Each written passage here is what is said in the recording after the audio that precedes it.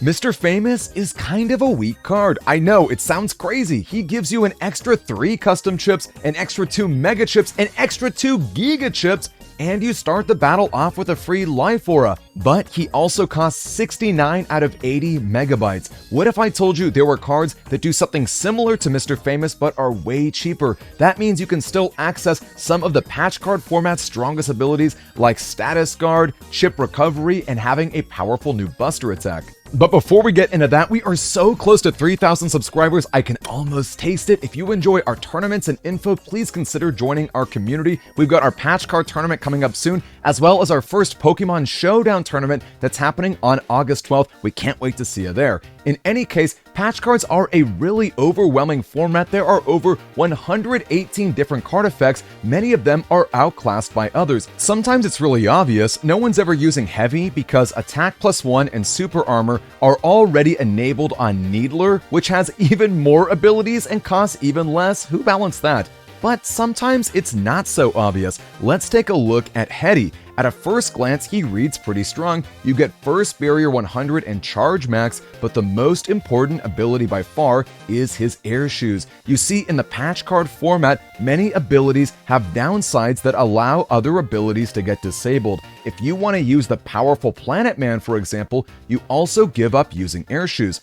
Or so you think, but it actually turns out that the order in which you download the patch cards matters. For example, yes, Planet Man does shut off Air Shoes, but if you start with him first and then add another card that enables Air Shoes after him, you do actually end up with that ability. So heading back to Hetty, it's cool that you get other effects, but at the end of the day, turning on Air Shoes is probably the most important thing for you, especially if you're trying to use other powerful patch cards that say no to Air Shoes. With that in mind, let me show you Saddala. For only 8 megabytes, you get Air Shoes and you also get Speed Max as a bonus. With that space that you saved, it's easy to slot in the extremely powerful Totem for 40 HP chip recovery. To put it in perspective, you've got 30 chips in your folder, so if every single one of those chips healed you for 40, that's 1,200 life over the course of the entire game just for using your battle chips. That seems a lot stronger than just a Barrier 100, right?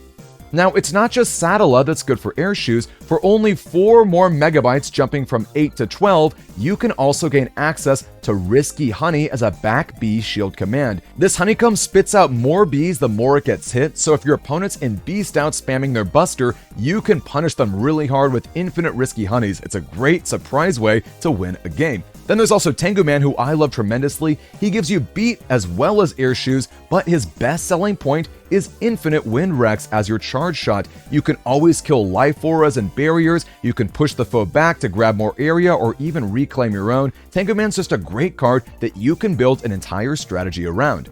But at the end of the day, if all you want is Air Shoes, then using Saddala is great because the extra 12 megabytes you save can be used on really powerful effects.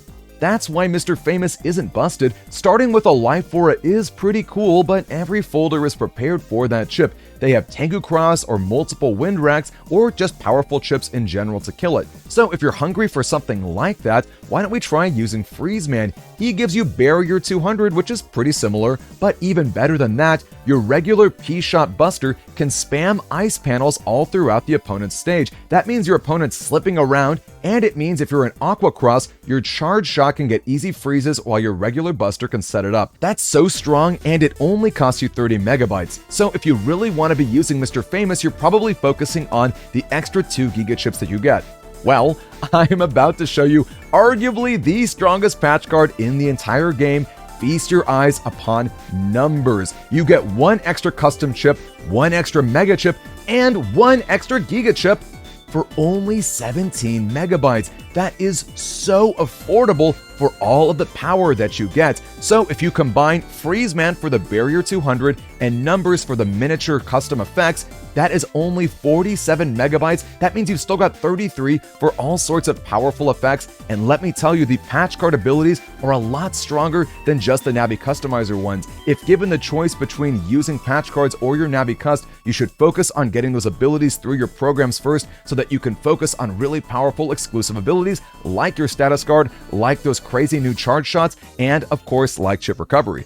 At the end of the day, patch cards are a confusing format. There's so many things to consider. I made a spreadsheet of my top 60 cards that I think are worth looking at. I'm going to be making a video really soon on ranking them so that you can have an even better idea. Of course, we just made a video the other day about 10 different builds that you can try out for patch cards. I'm so excited to see what you can build for our No Bans tournament coming up this very weekend. The link to join our tournament and get all the info is down below in the comments. I can't wait to see you there, and catch you later, Scouts.